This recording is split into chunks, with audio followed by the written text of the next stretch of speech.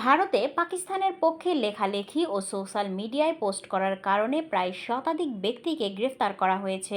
বৃহস্পতিবার এক প্রতিবেদনে এমন তথ্য জানিয়েছে বিবিসি বাংলা। জম্মু কাশ্মীরের পেহেলগামে সন্ত্রাসী হামলাকে ঘিরে একেবারে তলানিতে নেমে গেছে ভারত পাকিস্তান সম্পর্ক। এই মুহূর্তে দুদেশের মধ্যে যুদ্ধবিরতি চললেও এখনও উত্তেজনার রেশ কাটেনি। গত এক সপ্তাহে পাকিস্তানের হয়ে গুপ্তচর বৃত্তির অভিযোগে বেশ কয়েকজনকে গ্রেফতার করেছে ভারত। শুধু তাই নয়, পাকিস্তানের পক্ষে সোশ্যাল মিডিয়ায় যারা লেখালেখি করেছেন তাদেরও গ্রেফতার করা হচ্ছে। এরকম ১০০-রও বেশি মানুষকে ভারতে বিভিন্ন রাজ্য থেকে গ্রেফতার করেছে শুধুমাত্র পাকিস্তানের সমর্থনে সামাজিক মাধ্যমে পোস্ট করার কারণে। সবচেয়ে বেশি মানুষ গ্রেফতার হয়েছেন আসাম আর উত্তরপ্রদেশে। আসামের মুখ্যমন্ত্রী হিন্তিম বিশ্ব শর্মা জানিয়েছে তার রাজ্যে এখন পর্যন্ত ৭৩ জনকে গ্রেফতার করা হয়েছে। আর উত্তরপ্রদেশে গ্রেফতার হয়েছেন অন্তত ৩০ জন।